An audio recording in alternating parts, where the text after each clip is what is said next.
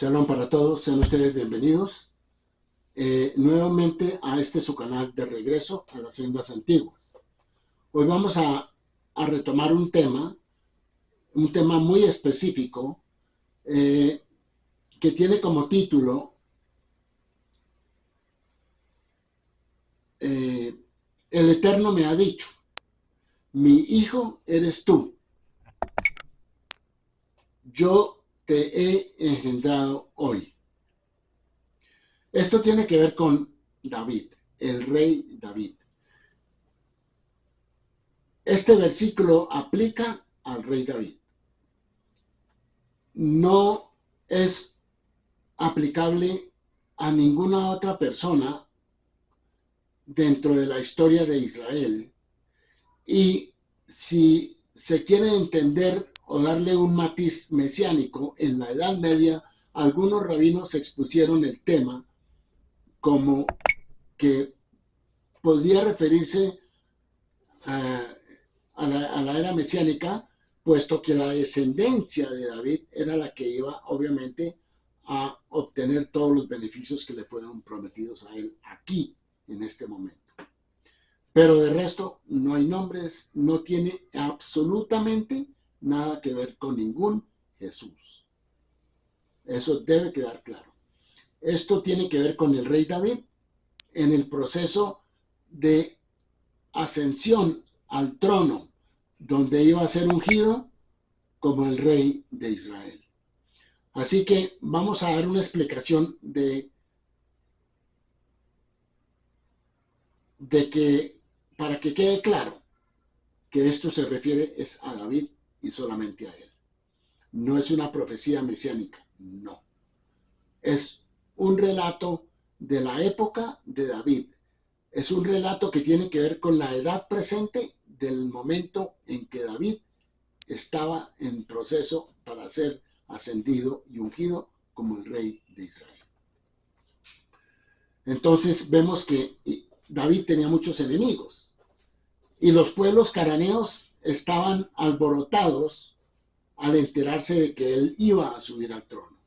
Entonces este salmo tiene que ver específicamente con ese momento.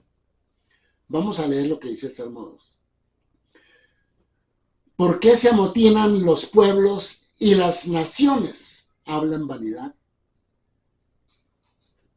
Nos está diciendo que los pueblos se están reuniendo, se están juntando, como que están planeando algo en contra, están amotinados, quieren hacer la guerra. Dice, versículo 2, se levantarán los reyes de la tierra y príncipes consultarán unidos contra el Eterno y contra su ungido. Aquí vemos que el Eterno es Dios y el ungido es el rey de Israel. Y en este caso es David. Porque sabemos que David fue ungido por el profeta Samuel. Cuando él fue a Belén por órdenes de Dios y llevó el cuerno con aceite para ungir a David. Y David fue ungido desde ese momento. Así que David tuvo el espíritu de santidad, el Ruach HaKodesh, desde ese momento en adelante. Y era un muchacho que estaba cuidando las ovejas de su padre. Así que esto es lo que tenemos en este momento. Por eso cuando se refiere a, cuando dice en el versículo 2, se levantarán los reyes de la tierra y príncipes consultarán unidos contra el Eterno y contra su ungido. Entonces tenemos dos personas. Una es el Eterno, que es Dios. Otra es el ungido, que es el rey, que es David, que es un Mesías, es un prototipo de Mesías. Debo aclarar que Mesías eran todos los personajes que eran ungidos con aceite para una misión específica.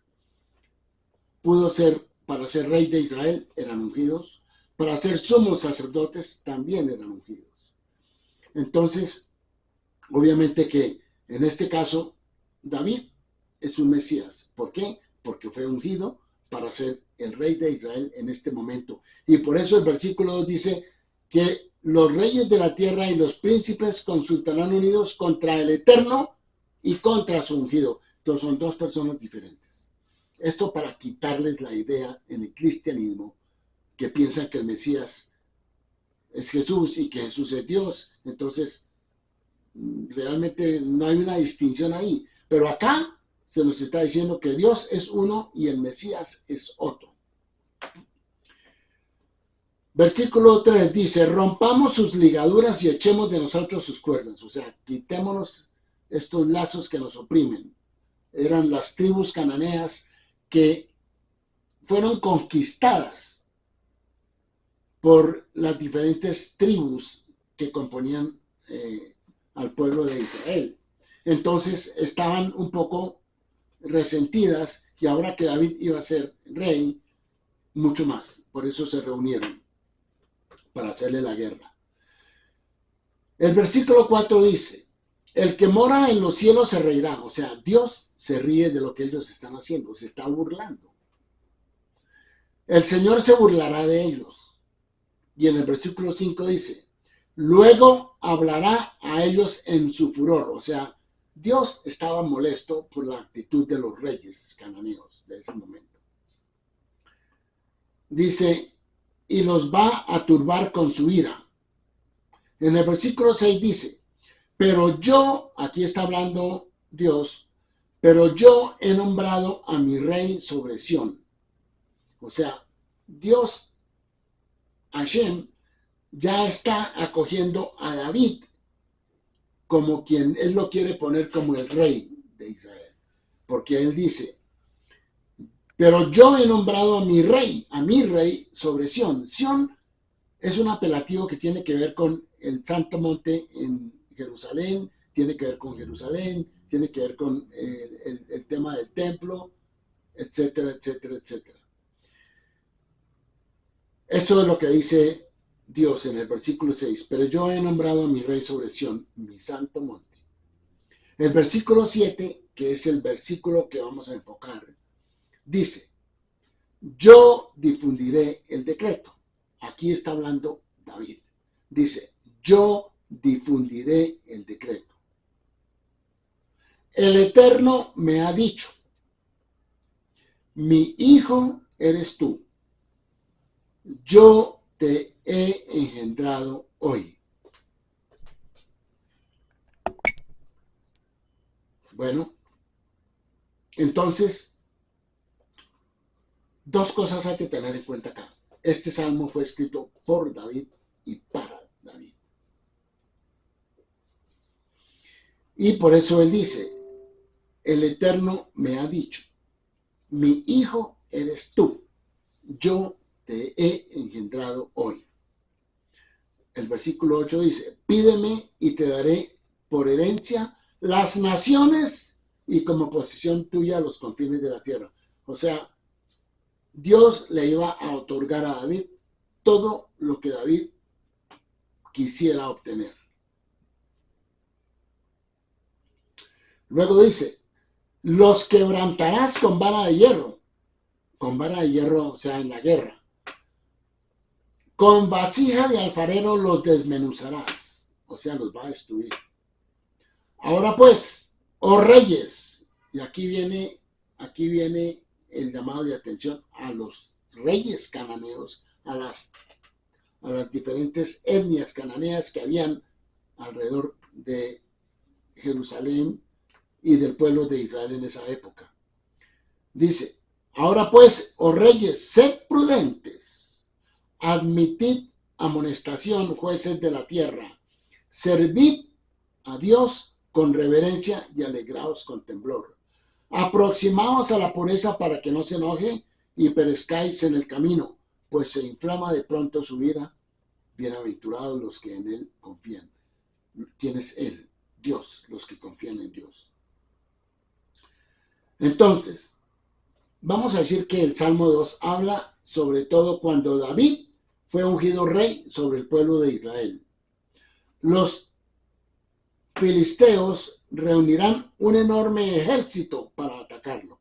Eso lo tenemos en 2 de Samuel 5:17 hay una descripción que la voy a leer. Ahí dice: oyendo los filisteos que David había sido ungido por rey sobre Israel, subieron todos los filisteos para buscar a David. Y cuando David lo oyó, descendió a la fortaleza. Y vinieron los filisteos y se extendieron por el valle de Refaim.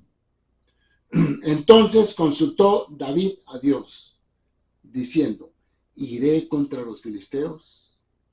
¿Los entregarás en mi mano? Y Dios le respondió a David: ve, porque ciertamente entregaré a los filisteos en tu mano. Y vino David a Baal Perasim, y allí los venció David, y dijo: quebrantó Dios a mis enemigos. Aquí ya hay una muestra de la providencia de Dios hacia David. Quebrantó Dios a mis enemigos delante de mí, como corriente impetuosa. Por esto llamó el nombre de aquel lugar Baal Perasim. Bueno, entonces vamos a tratar de desmenuzar un poco estos versículos que están acá. Entonces decimos, capítulo 2, versículo 1, se levantarán los reyes de la tierra y príncipes consultarán unidos contra el Eterno y contra su ungido, diciendo, bueno, incluso el ungido se refiere a David, el rey, pues encontramos en otros dos salmos que se refieren a él. Y para eso vamos a citar el Salmo 89, muy importante porque habla de este poder que David recibió a través del ungimiento, de haber sido proclamado rey y de haber sido adoptado por Dios como su hijo. Y aquí tenemos que decir una cosa: esta adopción que Dios hizo de David como su hijo es una adopción metafórica, como una relación de pacto. El pacto era que David cumplía la voluntad de Dios y Dios lo protegería. Dios sería un padre para David y David sería como un hijo para Dios. En el Salmo 89, a partir del versículo 20, dice lo siguiente: hallé a David, mi siervo. Lo he ungido con el aceite de mi santidad. Está hablando Dios. Mi mano será firme con él. Mi brazo también lo fortificará. No lo derrotará el enemigo. ¿A quién está asegurando la victoria? A David. Ni hijo de iniquidad lo quebrantará. Mas yo quebrantaré delante de él a sus enemigos y heriré a sus aborrecedores. Y mi verdad y mi misericordia serán con él, y en mi nombre será ensalzado su cuerno. Asimismo pondré su mano en la mar y en los ríos su diestra. Mire lo que dice el versículo 26. Él me llamará: mi Padre eres tú, mi Dios y la roca de mi salud. Yo también le pondré por primogénito, alto sobre los reyes de la tierra. Para siempre le conservaré mi misericordia y mi alianza será firme con él. Pondré su descendencia para siempre y su trono como los días de los cielos. Eso lo tenemos en el Salmo 89, versículos 20 al 28. ¿Y qué es? Esto tiene que ver con cómo Dios acoge a David, lo protege, lo adopta como su hijo en una relación de pacto. ¿Por qué? Porque el concepto de filiación física con Dios Padre no se encuentra en la teología bíblica ni en el judaísmo del primer siglo. Lo que se encuentra es el concepto bíblico de la relación de pacto por lo cual Israel o un individuo dentro de esa nación es adoptado metafóricamente como hijo de Dios. Bueno, entonces Israel puede ser hijo de Dios. ¿Un israelita se puede considerar hijo de Dios? De pronto Jesús, cuando dijo que era hijo de Dios, pues lo que quiso decir fue eso.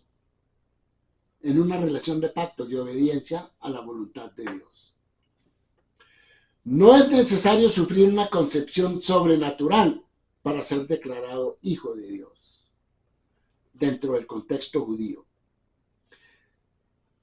Entonces, en el Salmo 7, donde se dice, el Señor me dijo, mi hijo eres tú, yo te he engendrado hoy, vemos que un examen del contexto mostrará que este versículo se refiere al significado metafórico de una relación de padre e hijo entre Dios y David.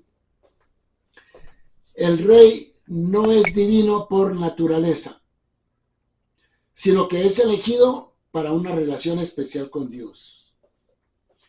Metafóricamente, una relación padre e hijo. En el Salmo 89 que acabamos de ver, en el versículo 36 dice, una vez he jurado por mi santidad, dice Dios, que no mentiré a David, no va a decir mentiras a David. Su simiente no le va a faltar a la palabra a David. Su simiente será para siempre y su trono como el sol delante de mí. Posteriormente, existió una relación similar entre Dios y Salomón, que fue el hijo de David. En 2 Samuel capítulo 7, versículo 14 dice, aquí le está hablando Samuel a David, le está diciendo, cuando tu vida llegue a su fin y vayas a descansar, o sea, vayas a morir, entre tus antepasados, yo pondré en el trono a uno de tus propios descendientes y afirmaré su reino. Será él quien construya una casa en honor de mi nombre. O sea, se está refiriendo a Salomón, quien fue que construyó el templo. Y yo afirmaré el trono de su reino para siempre. Yo seré su padre y él será mi hijo. Aquí hay otro momento en que Dios escoge a Salomón como su hijo en una relación de pacto. Así que cuando haga lo malo, o sea que este hijo, si usted quiere pensar que este hijo en un futuro va a ser descendencia de David, y si este hijo hace algo malo, es un ser humano. Porque si tuviera algún carácter de divinidad, no podía hacer nada malo. Pero aquí está hablando de Salomón y de la descendencia de Salomón. Si usted quiere tomarlo en un contexto mesiánico, lo puede hacer. Dice, así que cuando haga lo malo, lo castigaré con varas y azotes, como lo haría un padre. Sin embargo, no le negaré mi amor como se lo negué a Saúl, que fue el primer rey de Israel, a quien abandoné para abrirte paso. Tu casa y tu reino durarán para siempre delante de mí, tu trono quedará establecido para siempre. En ese contexto es un contexto mesiánico, pero estamos hablando de la relación padre-hijo. Entonces, esta relación especial no debe tomarse en sentido literal, solo podemos hablar de Dios metafóricamente, como por ejemplo, boca de Dios, el ojo de Dios, los oídos de Dios, y todo ese tipo de lenguaje es un lenguaje metafórico, para darnos un mejor entendimiento. Dios es espíritu, entonces no podemos darle a él miembros como los tiene el ser humano. Es en un sentido metafórico similar que el versículo habla del Hijo de Dios o de los hijos de Dios, pues quien cumple la voluntad de Dios se llama hijo. Todas las personas que cumplen la voluntad de Dios se pueden llamar hijos de Dios. Es por esta razón que el texto dice, tú eres mi hijo, yo te he engendrado hoy. Y afirma de manera Israel. Ahora, hay otra parte donde Dios afirma que en Éxodo capítulo 4, versículo 22, Dios dice, Israel es mi hijo, mi primogénito. Aquí está tomando a todo Israel en un contexto metafórico, como si fuera una sola unidad. Eso es muy común. Eso es muy común en la Biblia hebrea, en el Tanaj. También lo tenemos en Oseas 11:1, donde Dios dice, cuando Israel era muchacho, yo lo amé, y de Egipto llamé a mi hijo. Eso lo usan en Mateo, pero quitaron la mitad del versículo para querer decir que Jesús había ido a Egipto y que Dios lo había llamado de Egipto. Eso no es verdad. Entonces usted va a Oseas 11:1 y todo el versículo dice, cuando Israel era muchacho, yo lo amé, y de Egipto llamé a mi hijo. Para aclarar ese punto. Bueno, entonces David en su ascensión al trono fue declarado engendrado de Dios. El título de hijo se da a todos aquellos que disfrutan de una relación especial con Dios, como el que acabo de mencionar en Éxodo 4:22 y Oseas 11:1. David se convierte en hijo de Dios ex oficio, o sea, por el ministerio que iba a desempeñar. Bueno, el Salmo 2:7 no podía referirse en absoluto a Jesús. ¿Por qué tendría Dios que informar a Jesús si en el cristianismo piensan que es un miembro de la Trinidad? ¿Por qué Dios tendría que informar a Jesús si él es un miembro de la Trinidad, de la naturaleza exacta de su relación? El versículo luego continúa. Yo te he engendrado hoy. Si Jesús, según los trinitarios u otros cristianos, piensan que es Dios, ¿cómo es que Dios puede ser engendrado? Eso no tiene cabida. Eso no tiene lógica. No tiene coherencia. Bueno.